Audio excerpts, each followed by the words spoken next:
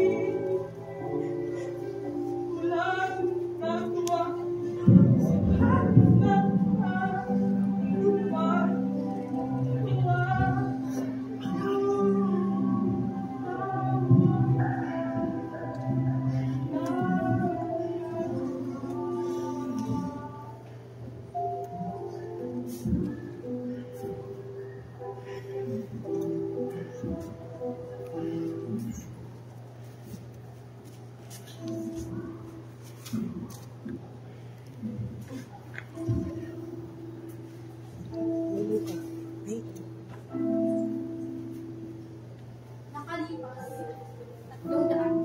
333 taon.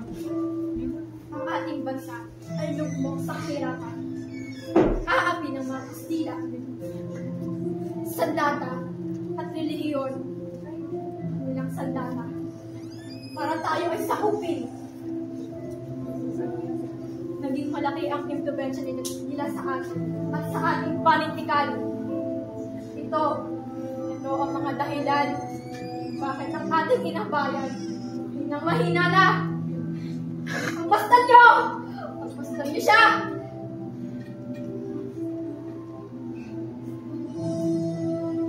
May kinakin ang bayan na nakagapos at isang lalaki na nakaupo nagsusulat sa maliit.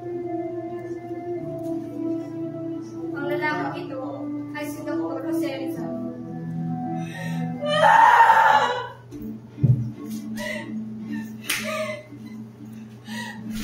Tulungan mo ako!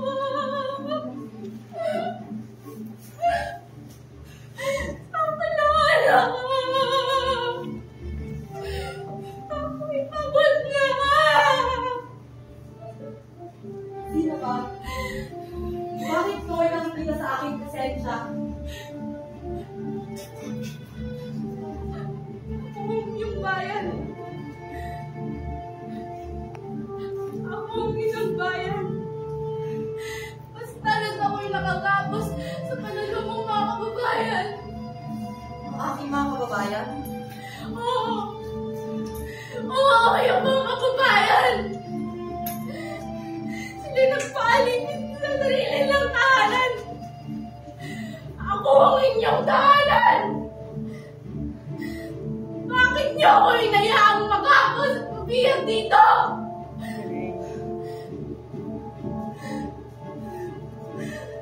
Tama ka. Matagal na nakikita sa aking mata ang sitwasyon natin. Kung kaya't ako'y sumulat ang Noli Me Tangere at ang El Filibusterismo. Sulat na gigising sa aking mga natutulog sa kababayan. Sa isa sa aking mga akda, sinulat ko ang karakter na si Juan Crisostomo Ibarra. Sinulat ko sila sa ating mga kababayan para malaman nila na may lumalaban pa rin sa mga masad na mong nangyari.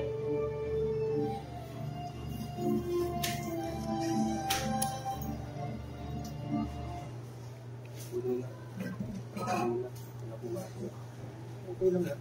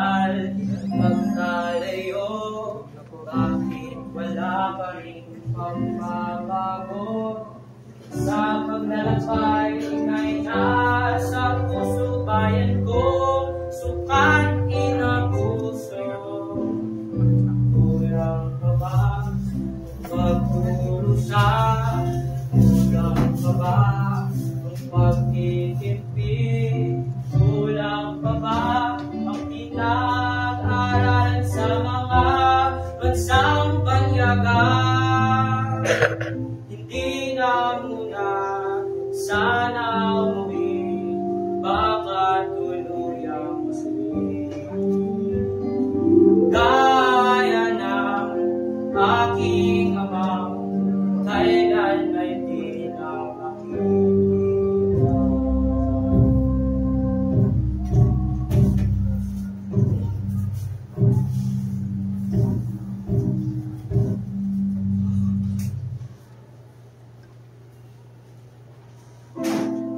Nilagay ko ang aking sarili ay Crisostomo. Upang malaman ng mga Pilipino na may nagmamalasakit sa mga maling nagaganap.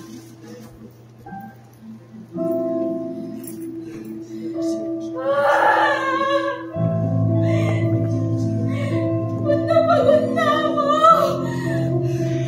Tulungan niyo ako! Kailan ako makawala sa kahirapang ito?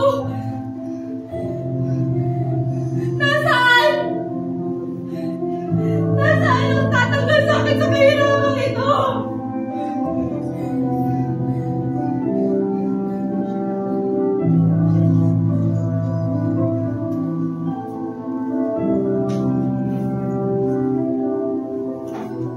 Nahigit ng isang nila ang paghihirap ng kinambagan. Walang pag-aalinlangan. Siya'y nagkalungkot. Ang dalagang ito ay may kaalitan at may kagandaang asa. Hayaan mo gamutin ko ang iyong mga sugat. Hayaan mo maibig ko man lang ang iyong mga nadarama. Hayaan mo kalagin ko ang iyong pagkakagapos. Hindi mo makakalat ang kanyang gapos pa rin talaga. Sino ka? Bakit alam mo ang aking pangalan? At bakit hindi ko matatanggal ang kanyang paggagapos?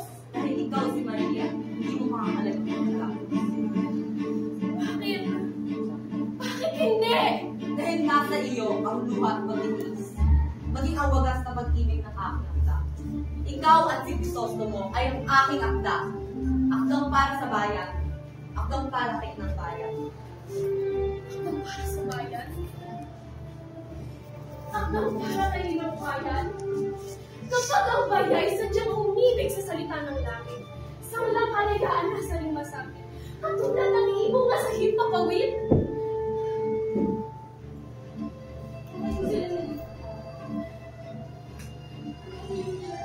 Ang magiging almas sa aking pakikipagdigma. O kaya si Crisostomo ay naging si Simon upang sa pamamagitan niya ang pamahalang Espanyol ay tugyain. Iusap ako sa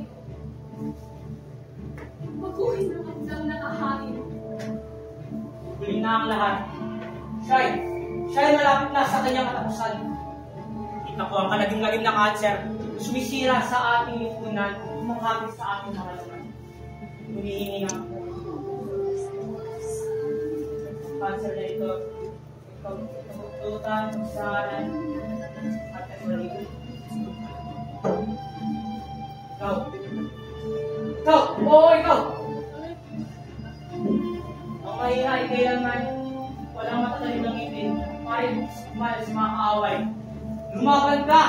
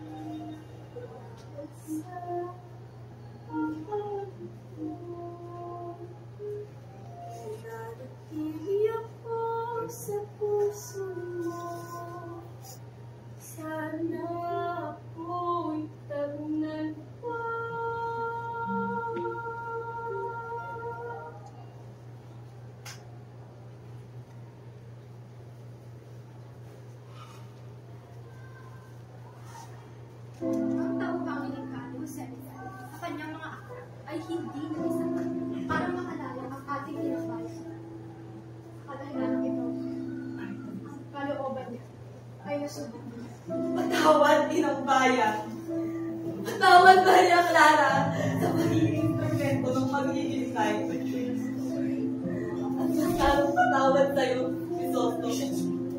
Ika'y naging tanda ko sa isang malupit na laban. Huwag nang itangis na ikaw ang naging dahilan. Ibatin mo na ako sa mga batang isisilang palabang. Ibalita mo na wala akong hinangan kung hindi ang ating kalayaan inaasam-asam. Ang aking buhay ay buong puso kong inaalalay. Ang aking buhay ay buong puso kong inaalay.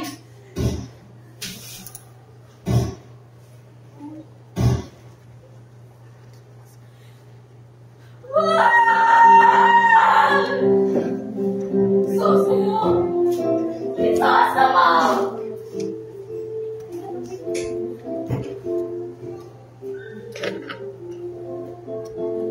Sa mga Pilipino na nagnanais ng kaginhawaan, bigyan kaligayahan ang bayan una sa sarili nyo. Nagagawin niyo siyang kahayaan ng katwiran at ng paggawa. Ikaw, lahat kayo! Kung ang bayan nyo'y maligaya, 10 ng inyong lahi ay magiging maligaya rin.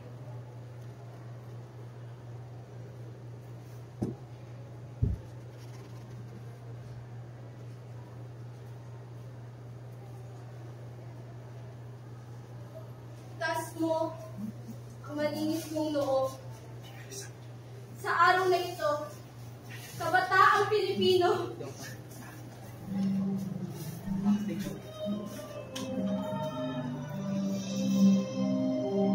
lahat kayo, mahalin niyo ako, ang ina niyong bayan. Ako ay mahalin niyo na sunod sa Diyos at sunod sa inyong kararang.